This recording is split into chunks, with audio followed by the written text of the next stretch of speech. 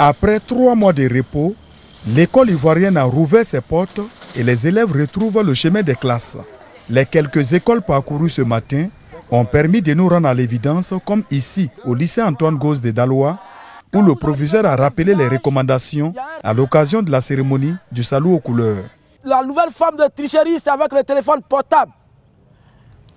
Sachez qu'il n'y aura pas de téléphone portable dans l'enceinte de cette école cette année. Et je vous demande de respecter ces consignes pour votre propre bonheur. Direction les salles de classe pour les premiers enseignements de l'année scolaire. Nous allons commencer le premier chapitre de physique qui est la cinématique. Nous avons commencé les cours avec les classes de terminale D et les autres. Et nous demandons à ceux qui sont encore en retard de nous prendre en marche. Ce n'est pas la grande affluence dans les écoles privées. Au collège Moderne Espérance, par exemple, les élèves se comptent au bout des doigts avec des classes complètement vides. Les parents d'élèves évoquent les raisons pour ce manque d'engouement.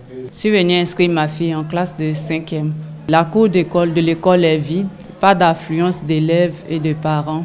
Nous pensons que cela est dû peut-être au manque de moyens. Tout un chacun se débat actuellement pour rechercher les moyens. Toutefois, les chefs d'établissement espèrent que les choses vont évoluer dans les jours à venir. C'est ce matin que la plupart des parents se déplacent pour venir prendre les informations. Et je suis convaincu que, comme les années antérieures, au cours de la semaine, les choses vont se normaliser. Au niveau des tout-petits, la rentrée scolaire est effective, comme ici, dans ce groupe scolaire, au quartier Tazibo. Enseignants et écoliers étaient à la tâche.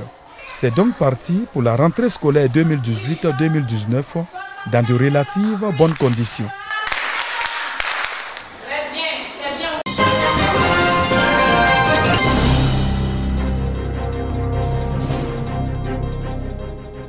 Nous sommes à Kwadiokro, village situé dans le département de San Pedro. Et c'est le premier jour de la rentrée des classes. Tôt le matin, les tout-petits ont enfilé leur tenue de l'école. Direction les salles de classe.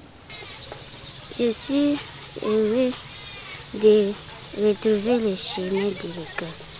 Et je demande à mes amis qui tiennent encore le pas de venir. Pour commencer, je n'ai rien pour le voir.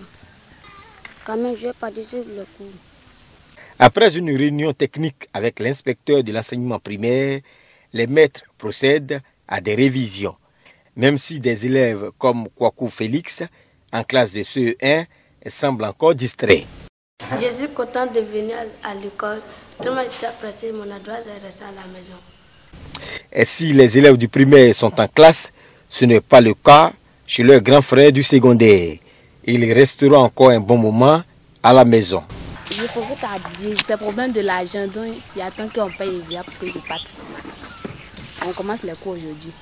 Je suis encore ici, donc ça me fait mal. Je ne trouve pas l'argent pour écrire mon enfant. C'est ça un problème. Et l'école, une préoccupation pour les parents d'élèves.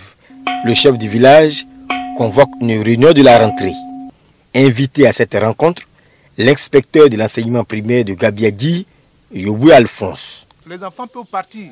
On sait que vous avez des difficultés au niveau des produits agricoles, mais ça va se décanter. Mais toutefois, il ne faudrait pas empêcher les enfants de partir. Parce qu'en les maintenant à la maison, mais vous leur faites encore plus de mal.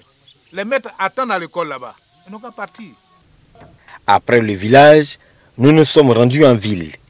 Un tour dans des établissements d'enseignement général et d'enseignement technique nous a permis de constater que l'heure est aux inscriptions physiques avec une affluence. C'est un peu difficile, mais ça se passe un peu bien. Il y a un peu du monde. Il y a du monde là, ça qui fait que ça met du temps.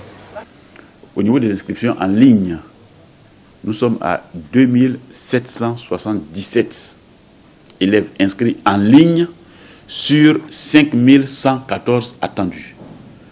Donc ça fait à peu près 51% des élèves qui sont déjà inscrits en ligne.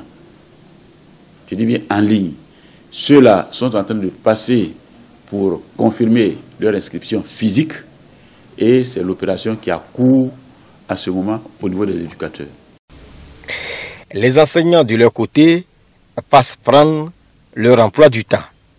Bon, maintenant, nous attendons à ce que nos élèves soient présents pour qu'on puisse commencer les cours proprement dit. Pour l'heure, les salles de classe restent fermées, mais selon des responsables d'établissement, les cours vont démarrer dans les tout prochains jours.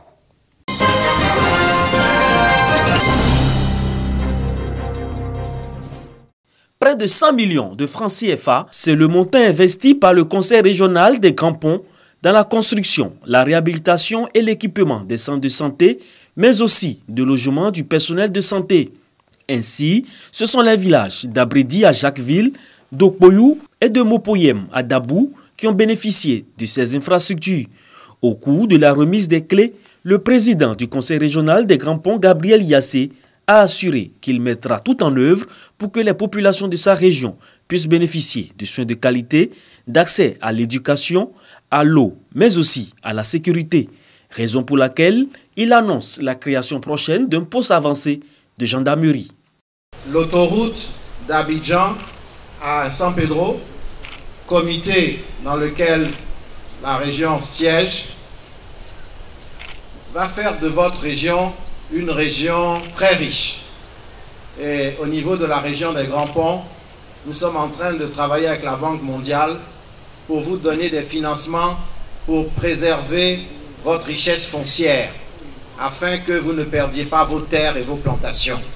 Heureuses, les populations ont promis faire bon usage des infrastructures tout en remerciant le président du conseil régional pour ses efforts de développement dans la région.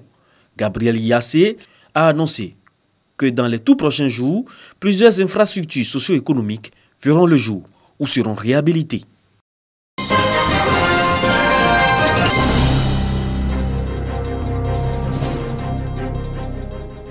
Le meilleur producteur et organisation professionnelle agricole de coton de la zone de Bondiali récompensés. Ils sont primés sur la base de la production du coton graine réalisée au cours de la campagne 2017-2018. C'est une initiative d'une société cotonnière, une action pour encourager la culture du coton qui connaît une faible production ces dernières années.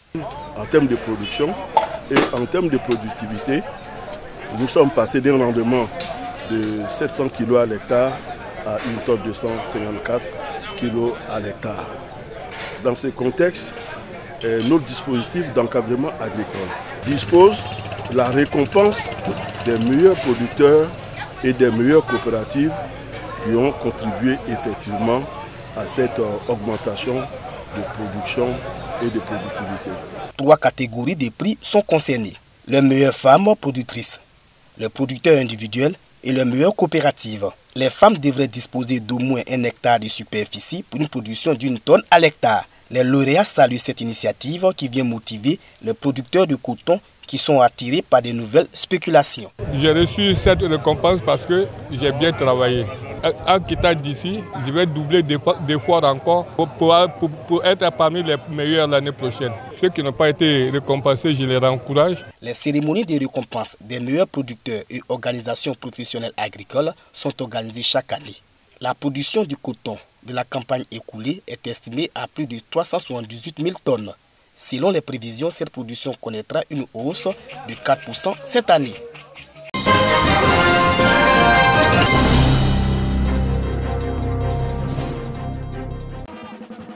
La mutuelle de développement du village de Nambre, dans la sous-préfecture de Béoumi, a 30 ans d'existence. 3 décennies qui ont permis à cette mutuelle de réaliser plusieurs projets pour le développement afin d'améliorer les conditions de vie de la population. Construction de châteaux d'eau, de centres de santé, d'écoles primaires et électrification du village. Quoi de plus normal de marquer un arrêt pour faire le bilan des actions de la mutuelle et faire des projections. Cette commémoration était placée sous le double signe de la reconnaissance aux pionniers et de la célébration de l'école. Merci pour vos nombreux dons en faveur de la jeunesse, en faveur des femmes, en faveur de notre école et en faveur de notre centre de santé. Les pionniers de la mutuelle ont reçu des diplômes d'honneur pour l'immense travail abattu. Les écoliers et élèves ont reçu des kits scolaires pour mieux aborder la rentrée des classes 2018-2019. Le sous-préfet de Béoumi a félicité la mutuelle qui est un exemple de réussite dans le département.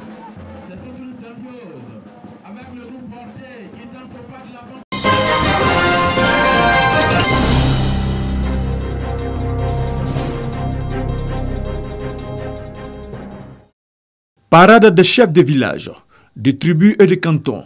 Ils sont issus de la sous-préfecture de Tankessé dans le département de Kounfao, dans la région du Gontougou. Un rassemblement au chef-lieu de sous-préfecture motivé par la création de l'association des chefs de village et reine-mère de la sous-préfecture de Tankessé. Objectif, la mutualisation des efforts, des expériences et des connaissances en vue d'œuvrer pour la cohésion sociale, la paix et le développement de leurs localités respectives. Le député de Bondoukou commune et sous-préfecture, Maison Kofi Noël, a été choisi comme parrain de l'association.